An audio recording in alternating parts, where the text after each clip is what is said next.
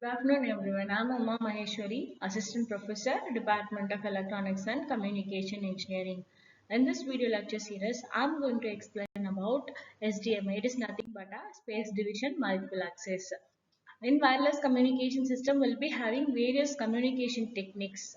That is various multiple access techniques. Multiple access is nothing but a cellular system which divides any given area into cells where a mobile unit in each cell communicates with the base station. So the main aim of this cellular system design is to be able to increase the capacity of the channel, that is to handle as many calls as possible in a given bandwidth with the sufficient level of a quality of service. There are several different ways to allow access to the channel.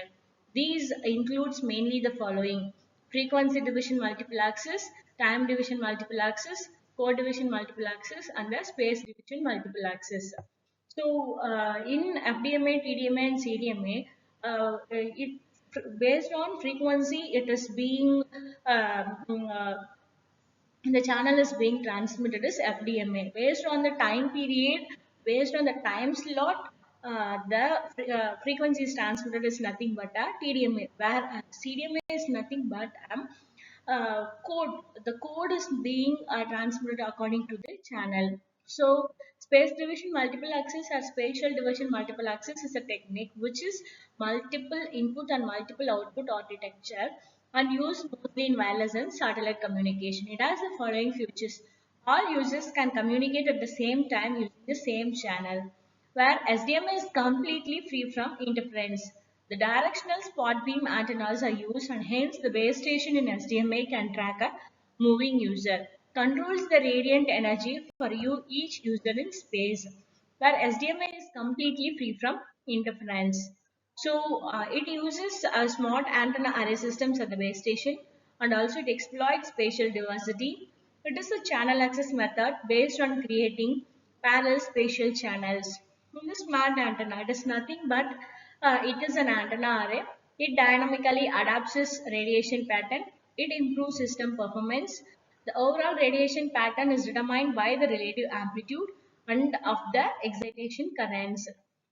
So to increase the system capacity, speed and the quality, and also to increase the demand of wireless services, and also to increase the system capacity, this CDMA is being used. It deals mainly with the uplink and the downlink diversity technique.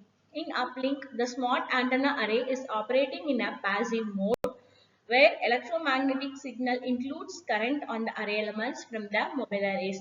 So here is the SDMA base station simple and basic architecture. So it is working upon two mobile users, that is downlink, where the smart antenna is operating in an active mode. It uses focus mobile user data as an appropriate user. A null is placing in the radiation pattern of the other mobile user. Interference signal of one mobile user to be minimized. This is the main block diagram of a uplink and the downlink transmission of data from the user one the signal is being modulated and it is being given to the smart antenna via downlink process. So and again it is being used by the element array and given to the demodulation path.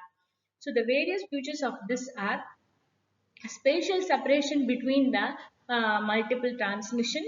Then a set of users in wireless mode communicate with each other by the antennas used in wireless satellite and optical communication, controls the radiated energy in space. Stations communicate at the same time using the same channel, allocating a separated space to users in wireless network. The same set of cell phone frequencies in a given service area. Smart antennas with beams pointed at the direction of the mobile station. Then the directional spot beam antennas of base station can track a moving user. Combination work with FDMA or TDMA or CDMA. So beam frequency reuse. It is also called as a multiple beam frequency reuse. It reuses the same set of cell phone frequencies in a given service area. Two cells or two small regions can make use of same set of frequencies if they are separated by any allowable distance which is being calculated by the reuse distance. So the main advantages of this are increases the capacity and speed of the system, free from interference. Two different signals can use the same frequency. All users can communicate at the same time using the same channel. Then it is free from interference. The narrow beam width also allows greater gain and clarity. It minimizes the system cost. The next one is the disadvantage. It has high insertion losses because the input must have the capability to split into any output.